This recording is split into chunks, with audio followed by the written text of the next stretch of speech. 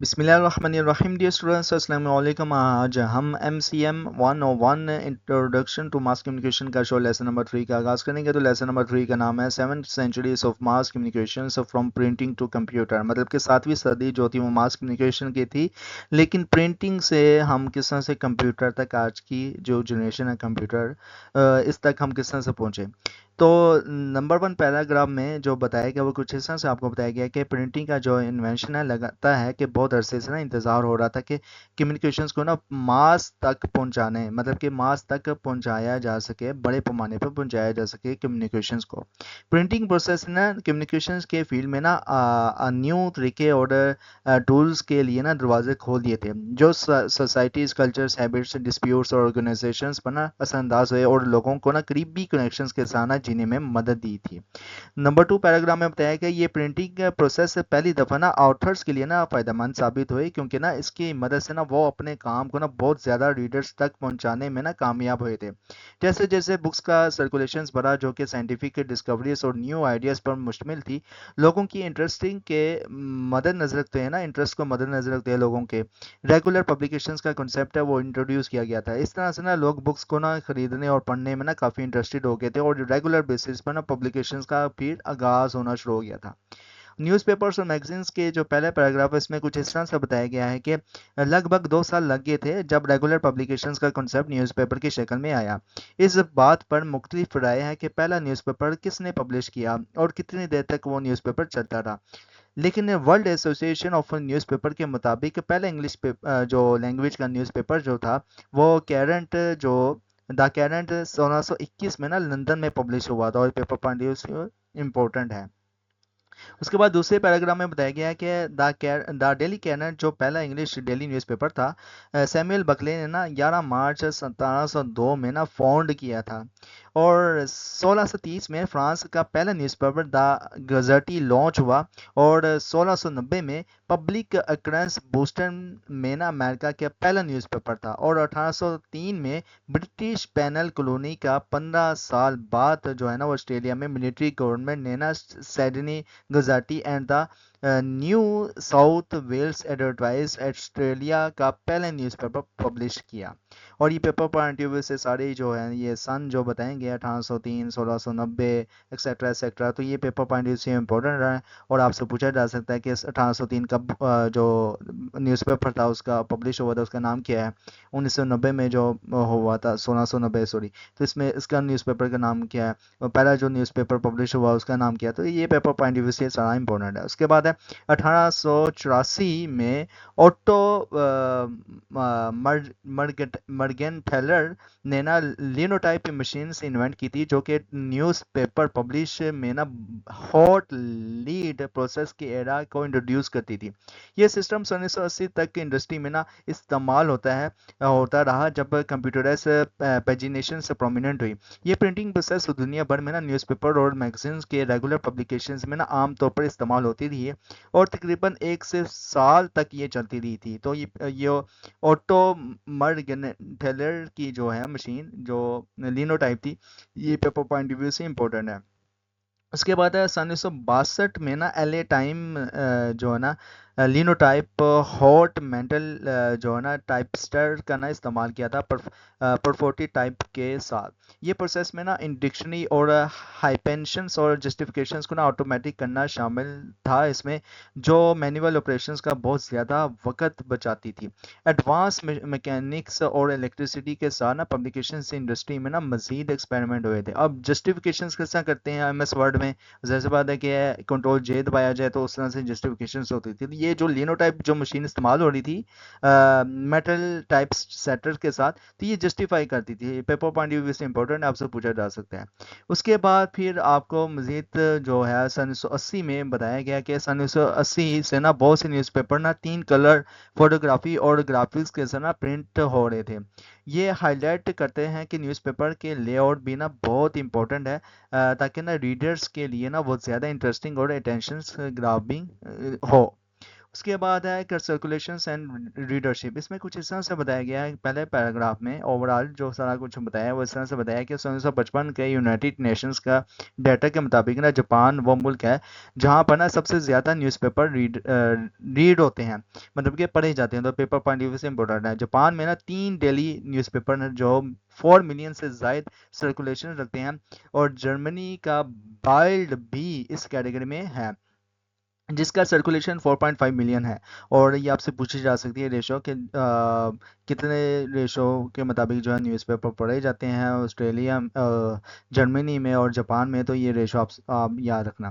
U S A today کے نا daily circulation سے لگ بھگ تقریباً 2 ملین ہے, جو کہ نا یو ایس اے کے سب سے زیادہ ڈسٹریبیوٹیڈ پیپر ہے. اس کے بعد بزنس سائٹس میں آپ کو کچھ اس طرح سے بتایا گیا ہے کہ اکثر نا نیوز پیپر کا زیادہ تر نا پیسہ ایڈورٹائزمنٹ سے آتا ہے. نیوز پیپرس کا پبلیکیشنس یا نیوز پیپرس کا جو پبلشر ہے نا زیادہ تر سرکولیشن چاہتا ہے تاکہ نا ان کی ایڈورٹائزنگ زیادہ افیکٹو ہو اور وہ زیادہ ایڈورٹائز کو اٹریکٹ کر سکے اور سروسز کے لیے نا زیادہ چارج کر سکے. کچھ ایڈورٹائزنگ سیل مارکیٹ ڈیموگرافکس کو بھی ٹارگٹ کرتی ہے. کچھ newspapers higher income audience کو ٹارگٹ کرتی ہے, اس وجہ سے نا وہ سرکولیشن نمبرس کو سیکریفائس کرتے ہیں.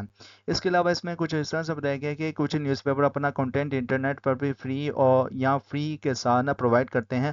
کچھ کیسز میں نا فری ایکسیس صرف کچھ دن یا ہفتے کے لیے نہ ہوتا ہے, یا پھر ریڈرز کو رجسٹر کرنے پڑتا ہے اور اپنی پرسنل ڈیٹا دینی ہوتی ہے. کچھ میں نا ایکسٹینسو فری ارچیوز بھی پرووائڈ کی جاتی ہیں.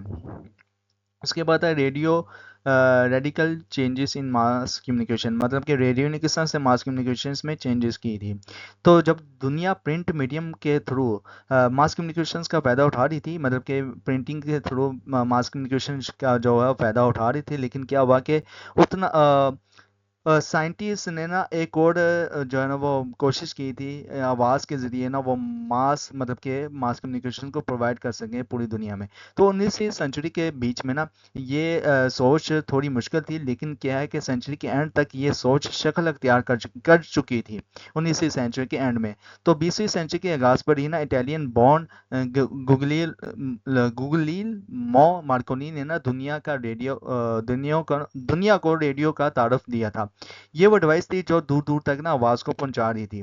تو Marconi transmit signals by radio waves میں کچھ اس طرح سے بتایا گیا کہ ایک ایرش اٹیلین انوینٹر گوگلیلمو مارکونی کو اکثر نا پہلا شخص مانا جاتا ہے جس نے نا سن 1895 میں ریڈیو ویوز کے ذریعے نا سگنل بھیجنے کا کام کیا. لیکن اس میں نا کچھ لوگوں کو یہ کہنا ہے کہ شاید کچھ اور لوگ بھی اس میں شامل تھے, اور مطلب کہ کچھ اور لوگ بھی اس سے پہلے کام کر چکے تھے. پھر بھی نا اگر آپ سے کوئی اس میں پوچھا جائے کہ سب سے پہلے کس نے جو تھا وہ انوینٹ کیا تھا ریڈیو, تو پھر مارکونی کا ہی نام لیا جاتا ہے آلموسٹ. تو گوگلیلمو مارکونی کا جواب ہی جو ہے نا وہ سب سے پہلے رہے گا. مارکونی نے ثابت کیا کہ بنا تار کے نا یعنی کہ وائرلیس ٹرانسمیشن ممکن ہے, اور اس کے بعد نا انہوں نے نا اس انوینشنز کا پیٹنٹ انگلینڈ میں نا رجسٹر کروایا اور مارکونی کی وائرلیس ٹیلی گراف کمپنی بھی قائم کی تھی. اور یہ پیپر پوائنٹ سے امپورٹنٹ ہے. مارکونی نے کون سی کمپنی قائم کی, کس نام سے کمپنی قائم ہوئی؟ مارکونی وائرلیس ٹیلی گراف کمپنی. اس کے بعد ہے بریف ریڈیو ہسٹری. ریڈیو کی ہسٹری کیا ہے؟ نمبر 1 پیراگراف میں کچھ اس طرح سے آپ کو بتایا گیا ہے. ریڈیو براڈ کاسٹنگ کا آغاز ہوا تو لوگ سمجھنے لگے کہ یہ نیو اور زیادہ اثر دار میڈیم بن سکتا ہے. یو ایس اے میں نا 1920 میں نا پہلا ریگولر ریڈیو براڈ کاسٹنگ ہوا جس میں نا پریسیڈنشیل الیکشنز کے نتائج براڈ کاسٹ کیے گئے تھے, جو کہ نیوز پیپر کے آنے سے پہلے لوگوں تک پہنچ گئے تھے. لوگ کتنے آسانی سے نا میوزک, معلومات اور تجریح سن سکتے تھے جو ریڈیو سیٹ پر موجود تھی. اور ان دونوں پیراگراف میں کچھ اس طرح سے آپ کو بتایا گیا ہے اسی میں بریف ریڈیو ہسٹری میں لاسٹ والے جو سیکنڈ 2 پیراگراف ہے اس میں بتایا گیا کہ لیکن یہ وقت تھا جب کئی لوگ نا اپنے ریڈیو اسٹیشنز خود بنا رہے تھے, اور اس وجہ سے نا ایک پرابلم پیدا ہوئی. بہت سے نا اسٹیشنز جو تھے نا وہ انہوں نے الگ الگ فریکوینسی دینا ان کے لیے مشکل ہو گئی تھی. پھر کچھ لوگوں نے نا اپنے اسٹیشنز کے سگنلز کو نا زیادہ پاور میں نا چلانا شروع کیا تاکہ نا دوسروں سے نا ان کا اسٹیشن زیادہ کلیئر ہو. لیکن بعد میں نا کچھ ریگولیشنز بنائے گی اور لوگوں کو ریڈیو اسٹیشن سے چلانے کے لیے نا لائسنس کی بھی ضرورت محسوس جو تھی وہ شامل لازمی کر دی کہ لائسنس لازمی ہو. براڈ کاسٹنگ ایڈورٹائزمنٹ میں کچھ اس طرح سے آپ کو بتایا گیا کہ 1920 میں نا نیو یارک کا ایک اسٹیشن سے نا 10 منٹ کا نا ایک ایڈورٹائزمنٹ چلایا جس میں نا جیکسنس ہائٹس نے نا کچھ اپارٹمنٹس کا ذکر کیا تھا اور اس کا نا $50 چارج کیے تھے. ٹول براڈ کاسٹ یعنی کہ کمرشلز کا آغاز تھا اس میں کیا گیا تھا جس میں نا لوگوں نے نا دیکھا کہ ریڈیو پر نا پر پروڈکٹس پروموٹ کر کے نا پیسہ کمایا جا سکتا ہے. اس کے بعد یہ سسٹم یونیورسل ہو گیا تھا. کچھ دوسری کنٹریز نے بھی نا اپنے براڈ کاسٹنگ سسٹم بنائے تھے جیسے کہ برٹین میں نا 1923 میں B B C British broadcasting corporations بنایا گیا تھا جو کہ ریڈیو ریسیور سے نا پہ لگنے والے ٹیکسز سے نا چلایا جاتا تھا. کینیڈا میں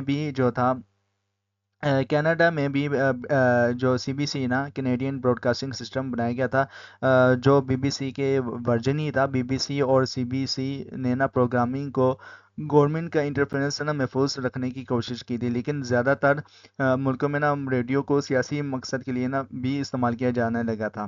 اس کے علاوہ بات جو ہے وہ گورنمنٹ ریگولیشنز میں کچھ اس طرح سے آپ کو بتایا گیا کہ جب یو ایس اے میں نا پیڈ ریڈیو ایڈورٹائزمنٹس کا سلسلہ شروع ہوا تو گورنمنٹ نے نا اس پہ نا انٹرسٹ لینا شروع کیا تھا تاکہ نا کمرشلز کو نا پراپر کمرشلز کو پراپر چینل میں نا دکھایا جا سکے.